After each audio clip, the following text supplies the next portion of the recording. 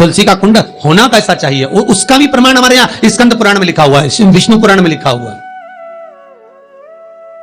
कि आपको क्या किस रूप में चाहिए। पर जगत है ना, दुनिया के आगे हाथ फैलाओ, जाकर निवेदन करो, यहाँ वाले बाबा के पास हो या वहां वाले बाबा के पास हो या उसके पास हो या उसके पास हो या जगत के पास जाओगे, दुख पाओगे, रुपया खाएंगे, चूना लगाएंगे, धक्के मारकर निकाल देंगे, 2-4-8 दिन घुमाएंगे फिराएंगे, कल आना परसों आना नरसों आना, ऐसा करना वैसा करना, बस बाबा यही घुमाते रहेंगे और तुम्हारे धन का चूना लगाते रहेंगे। पर निवेदन है, इनसे बचकर शिव की शरण में जाकर भगवान शास्त्र में जो लिखा है उसके अनुसार हम क्यों ना कर्म करें जिसका फल हम पा जाएं। हम क्यों ना ऐसा कर्म करें जिसके फल को हम पा सकें। हम क्यों भ्रमित हों।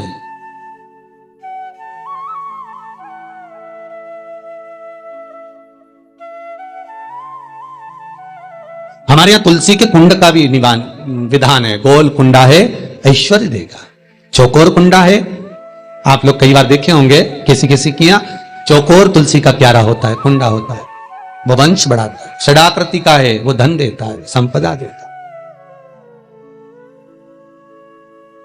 दोष हमारा है, हम तुलसी के कुंडे के नीचे शंकर जी को रख देते हैं। क्यों? कि यही तुलसी जी को पानी चढ़ाएंगे, यही शंकर जी को चढ़ा देंगे। दोष है।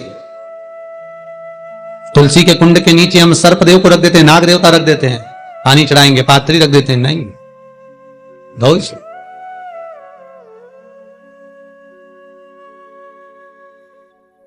इसका दोष हम सबको, स्वयं अगर गलती करते हैं तो स्वयं को बोल। कैसा कुंड हो, 7 तरह के कुंडों का व्याख्यान तुलसी के रूप में कहा गया है महाराज। पहला गोल, दूसरा चौकोर, तीसरा षडाकृति, चौथा त्रिवेणी, 3 कोने वाला कुंडा। शास्त्र कहता है जिसके मार्ग घर में टुकड़े हो रहे हो, घर विभाजन की ओर हो रहा हो, तो 3 कोण का कुंडा घर में रखकर पूजा करने पर परिवार एक हो जाता है। 5वां, गार्डन में बिना कुंडे का, बिना कुंड का जो तुलसी का पौधा रोपित होता है, बिना कुंड के एक बगीचा जैसा बो दिया जाता है, तुलसी तुलसी उत्पन्न हो जाती है। महाराज वहां पर संपदा तो रहती है पर चिंता बहुत रहती है, टेंशन बहुत रहती है। क्यों?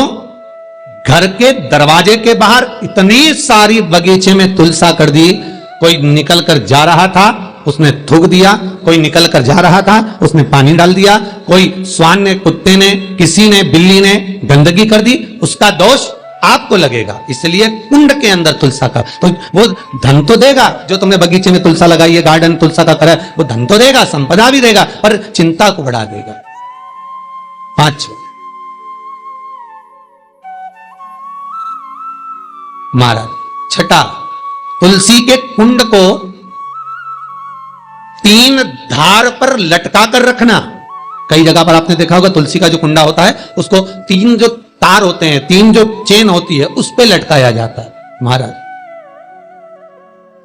विष्णु पुराण उसका भी व्याख्यान करती है। महाराज वहां व्यक्ति के कार्य उन्नति की सीढ़ी की ओर बढ़ जाते हैं। जैसे भोजन की थाली लग गई, भोजन तैयार हो गया, बस खाने बैठे हो और थाली खसक गई, समझ लेना कि तुलसी को अधर पर लटका कर रखा है। इसलिए कार्य तो हो रहे हैं, बनने वाले हैं, 4 दिन बाद ये काम होने वाला है, 8 दिन बाद ये काम होने वाला है, लग रहा है कि इसमें इतना फल मिलेगा, लग रहा है इस व्यापार को करेंगे तो इतना फायदा हो जाएगा, सब कुछ करा, लाखों रुपए लगा भी दिए, थाली मालूम पड़े खसक गई, अधर लटका है तुलसी। 7 क्रम है तुलसी के, ये 6ठा क्रम बताया। तुलसी का 7वां क्रम, तुलसी का 7वां क्रम है महाराज, तुलसी का कुंडा जैसा घर के आंगन में है, तुलसी का कुंड जैसे घर के आंगन में विराज रहा है, ऐसा ही छोटा सा कुंड भगवान के लिए रोपित करें।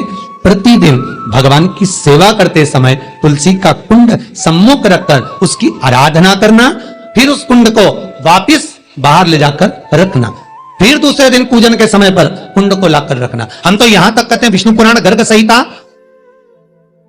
कल्याण का तुलसी अंग यहां तक वर्णन करता है कि आप पूरे साल ये नहीं कर सकते तो कम से कम कार्तिक के महीने में भगवान के सामने तुलसी का छोटा कुंड, चौकोर वाला, गोल नहीं, चौकोर कुंड लाकर भगवान के सामने रखकर छोटा सा कुंड का पूजन कर भगवान के साथ उस कुंड को वापस बाहर विराजमान करें, फिर कल लेकर आए, फिर विराजमान करें। आप पूरे साल नहीं कर सकते तो 1 महीना।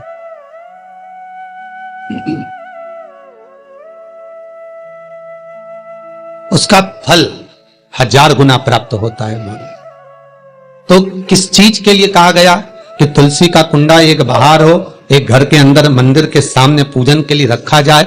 तो कहते हैं उस घर में वैभव, सत्ता, संपदा, लक्ष्मी, समृद्धि, शांति की कभी कमी नहीं।